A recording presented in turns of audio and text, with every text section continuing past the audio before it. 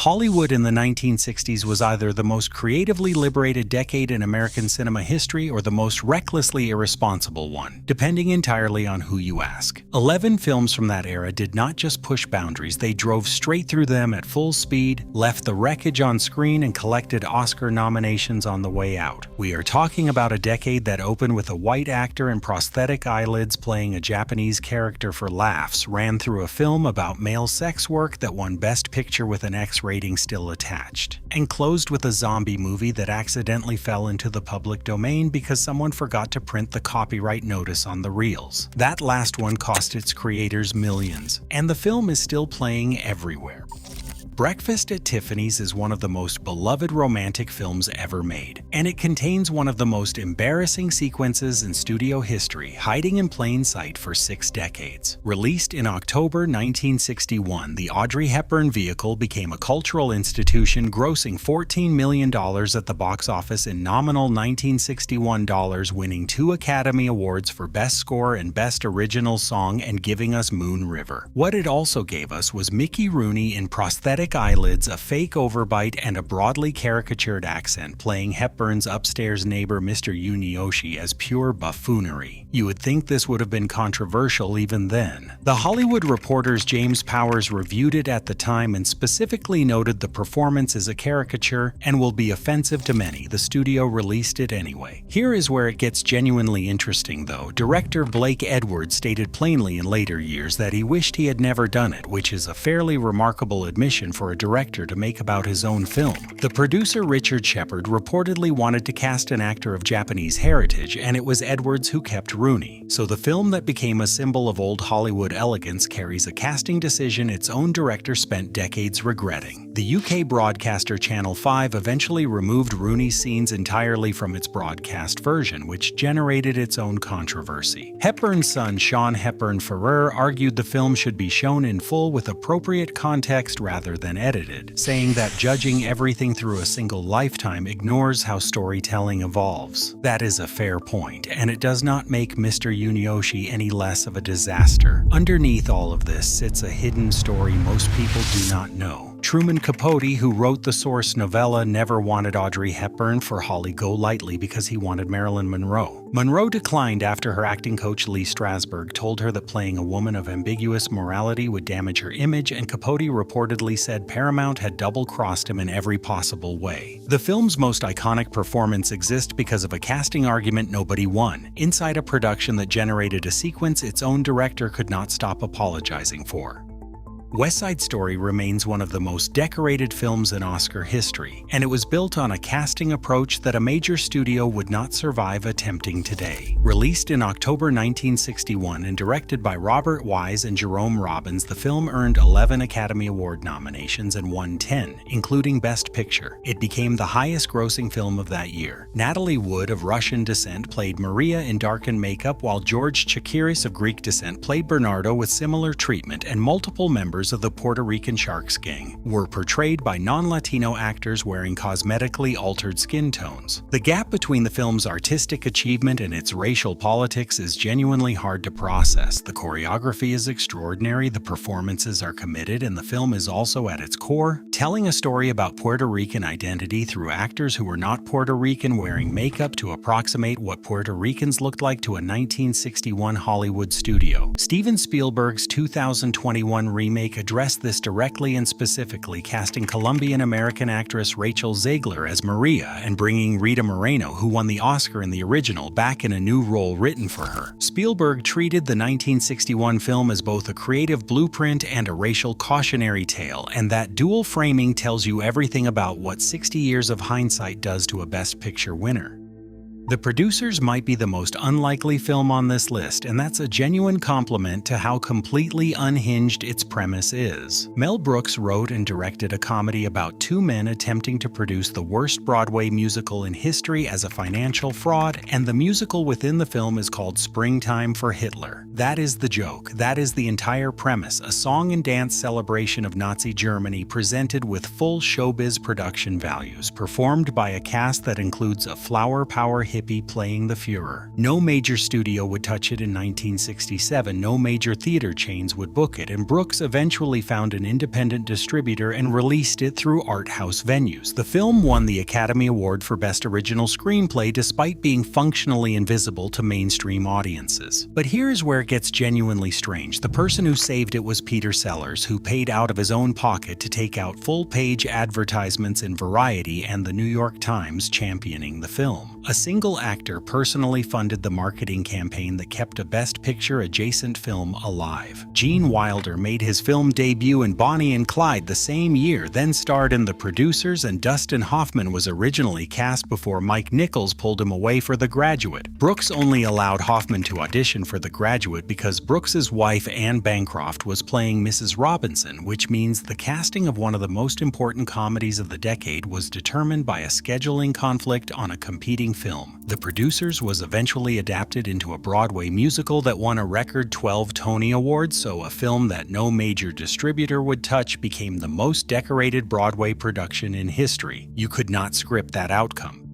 Bonnie and Clyde didn't invent violence in cinema, it just made it impossible to look away. Arthur Penn's 1967 film starring Warren Beatty and Faye Dunaway glamorized two Depression-era criminals with such visual style and genuine charm that audiences did not know whether to be horrified or delighted. Mostly they were both. The film earned around $50.7 million domestically in nominal unadjusted dollars, according to the numbers. It earned 10 Academy Award nominations and won 2, while also opening a debate about on-screen violence that the industry is still having. Penn used the deterioration of the Barrow Gang's luck as a structural device, and the further they fall, the more brutal the consequences become. The final ambush sequence does not let the audience off the hook, because you have spent 90 minutes rooting for these people, and Penn then makes you sit with what that means. Gene Hackman plays Buck Barrow in one of his early major roles, and the supporting cast around him is extraordinary. The film's real co-star, though, is the violence itself, handled with a precision that distinguishes consequence from exploitation. Critics at the time were divided exactly along that line. Along with The Graduate, released the same year, Bonnie and Clyde effectively ended the Hays Production Code era and launched what became known as New Hollywood. That is a substantial amount of cultural weight for a film about two bank robbers in a stolen Ford. The Graduate feels watching it today like a film that's constantly aware it's getting away with something. Mike Nichols directed Dustin Hoffman and Anne Bancroft in a story about a recent college graduate who begins an affair with an older married woman, then falls for her daughter, and the film is frank about sexuality, dismissive of social convention, and built around a protagonist who drifts through his own life with no apparent intention of engaging with it. By the standards of what Hollywood was producing in 1966, this was genuinely radical material. The reason it would struggle today is more specific than it might seem. The film contains a subplot involving a false accusation of assault used as a plot device to generate conflict rather than as a serious matter with serious consequences. And that distinction is a meaningful one in a contemporary production environment. Worth noting is that Bancroft was only 6 years older than Hoffman in real life, which means the film's mythology of the predatory older woman pursuing the innocent young man is constructed almost entirely through framing and performance rather than any actual age gap. The camera does most of the work, and the camera is very convincing. You only live twice as a Bond film, which means it's spectacular, expensive, and completely confident in its own worldview. That confidence is a significant part of the problem. Lewis Gilbert's 1967 film sends Bond to Japan and includes a sequence in which Bond undergoes cosmetic surgery to become Japanese, complete with prosthetics, a darkened skin tone, and altered eye shape. The film presents this as a reasonable espionage tactic, executed with the same casual authority Connery's Bond applies to everything else. And the performance proceeds without apparent discomfort. By 1967, Japanese cinema commanded global respect, and Kurosawa appeared in every serious film conversation. The idea that a Western production was simultaneously sending a British spy to Japan and having him alter his appearance to blend in reads today as a comprehensive failure to take the actual culture seriously, because Japan as a setting and Japan as a culture understood on its own terms are two entirely different things, and this film chose the former without much hesitation. adaptation, the film remains visually extraordinary, and Ken Adams' volcano-based set stands as one of the great production design achievements in cinema history. The autogyro sequence gave audiences Little Nelly, a gyrocopter that Connery actually flew for some shots. The technical achievement and the racial politics coexist in this film in complete mutual indifference, which is its own kind of problem.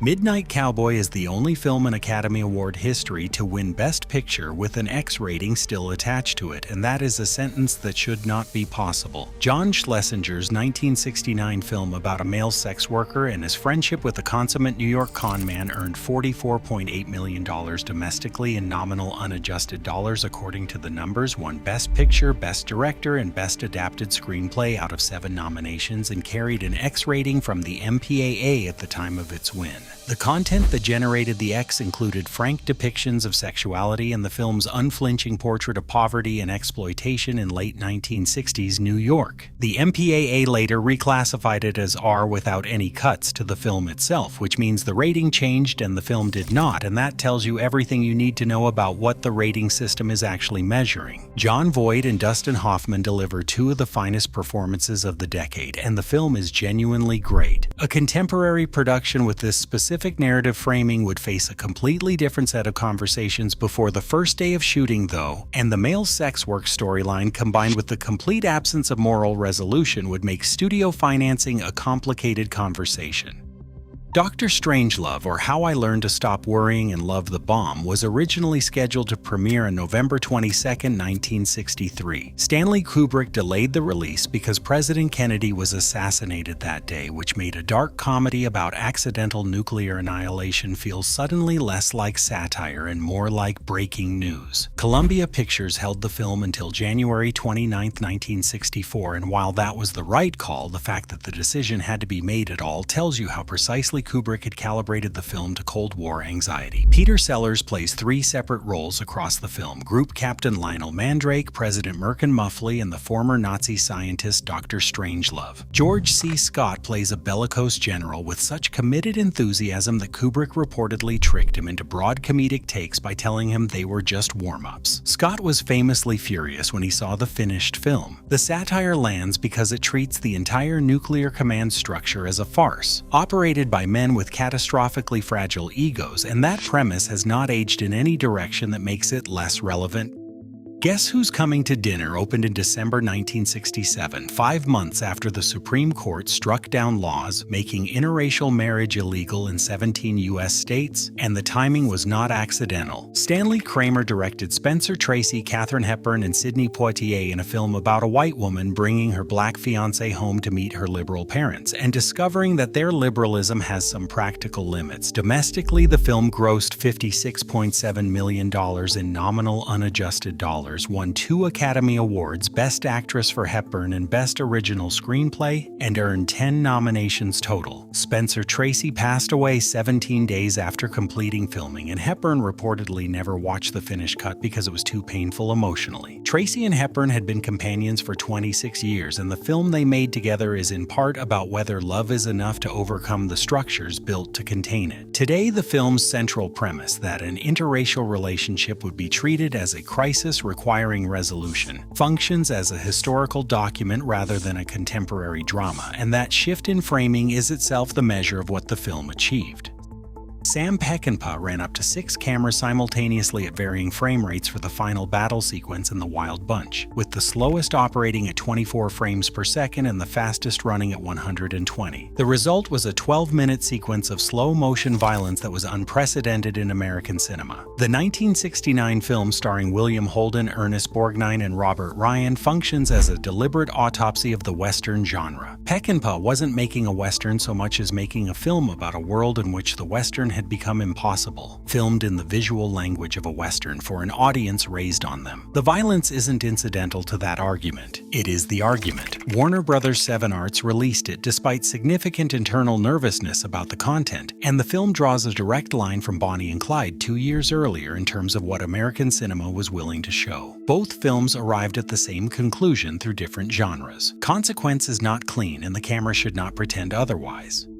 Night of the Living Dead was produced for $114,000 in 1968. It grossed more than $10 million in nominal returns, and the people who made it saw very little of that money because of a typo. George Romero's film was distributed with an error in the copyright notice printed on the release prints. That mistake pushed the film immediately into the public domain, which meant anyone could screen it, copy it, or sell it without restriction. Night of the Living Dead is everywhere today because of an administrative mistake that would have been caught by a moderately attentive paralegal. I find that either the most tragic detail in independent film history or the most ironic, and I genuinely cannot decide which. The film invented modern zombie mythology, the slow-moving undead, the siege scenario, and the horror coming from inside the group as much as outside it. Every zombie film, television series, and video game produced in the following 50 years builds directly on the architecture Romero established with that $114,000 budget and a farmhouse in Pennsylvania. Dwayne Jones was cast as the lead character Ben without any particular political statement accompanying the decision because Romero cast the best actor who auditioned. The result, a black man as the competent and rational protagonist who survives the zombie siege only to be mistakenly shot by a white posse at dawn, hit American audiences in October 1968 with a weight Romero may not have fully anticipated. Martin Luther King had been killed in April 1968, and the ending registered differently than a horror film ending typically would. Today, Night of the Living Dead is preserved in the National Film Registry and taught in film schools around the world, and it is still freely available to anyone who wants it because of a typo.